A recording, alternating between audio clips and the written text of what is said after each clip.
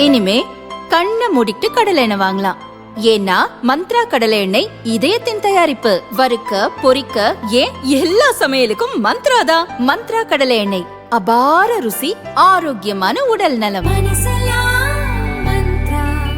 பிரதமர் மோடிக்கு இன்றைக்கு உலக அளவில் இருக்கக்கூடிய செல்வாக்கு, அசாத்தியமான செல்வாக்கு, மரியாதைக்கு காரணமே அவர் நேர்மையானவர், நம்முடைய பாரத நாட்டினுடைய நலனை எந்த காலத்திலும் விட்டு கொடுக்காதவர் என்பதுதான்.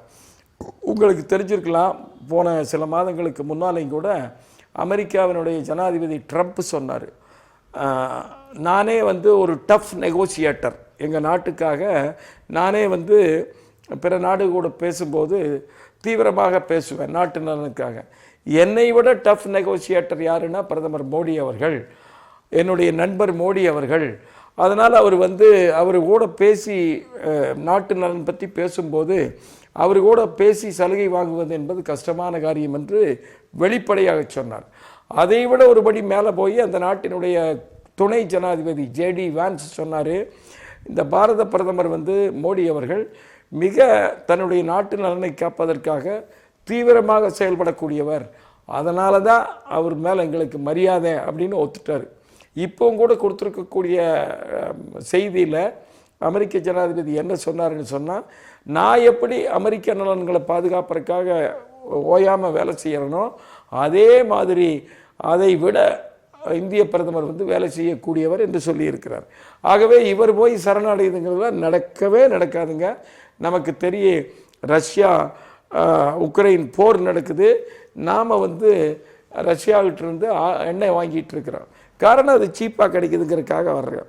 அமெரிக்கா சொல்லுது, நீங்கள் ரஷ்யாவிட்டிருந்து எண்ணெய் வாங்கினீங்கன்னா கூடுதலாக இன்னும் ஒரு 25% வரி போடுவோம், மொத்தம் 50% கட்டோன்னு.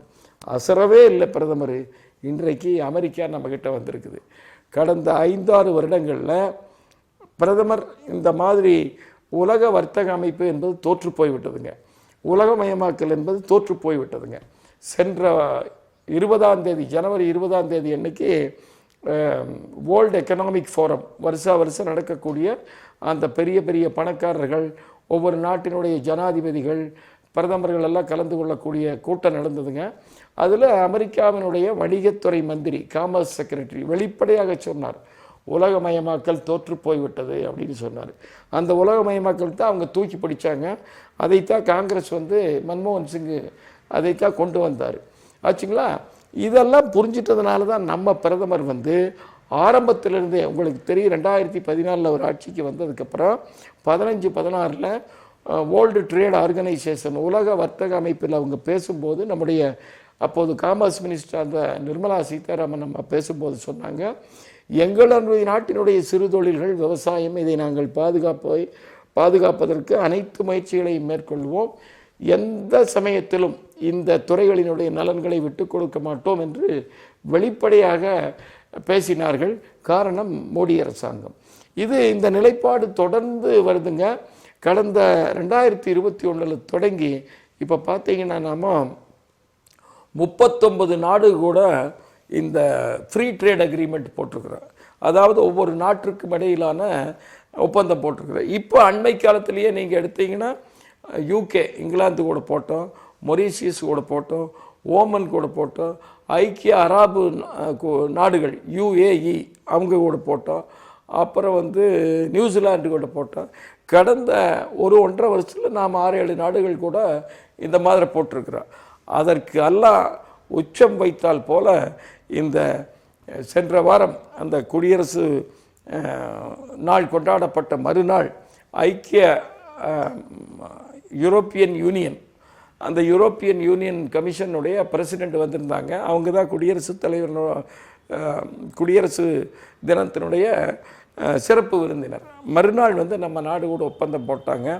அந்த ஒப்பந்தம் தான் மதர் ஆஃப் ஆல் டீல்ஸ் என்று பேசப்படுகிறது. நாம் மட்டும் இல்லை, அவங்க நாடுகளே அதை பேசுகிறாங்க.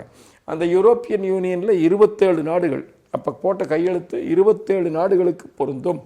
அதன் மூலமாக நம்ம நாட்டில் இருக்கக்கூடிய வியாபாரம், வர்த்தகம் மிகப்பெரிய அளவுக்கு இது பெரிய உயரும். அது மட்டும் இல்லை, நம்ம நாட்டில் மூலதனம் அதிகமாக போகிறது, வேலை வாய்ப்புகள் அதிகமாக இருக்கிறது.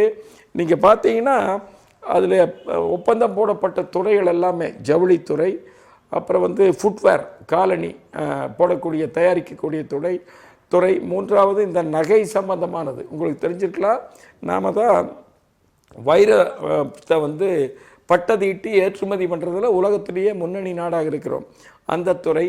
அப்புறம் வந்து இந்த மெஷினரி இதெல்லாம் தயாரிக்கக்கூடிய இயந்திரங்கள் தயாரிக்கக்கூடிய துறைகள். இந்த நாளிலையும் அதிகமான பேருக்கு வேலை வாய்ப்பு கிடைக்கிறது.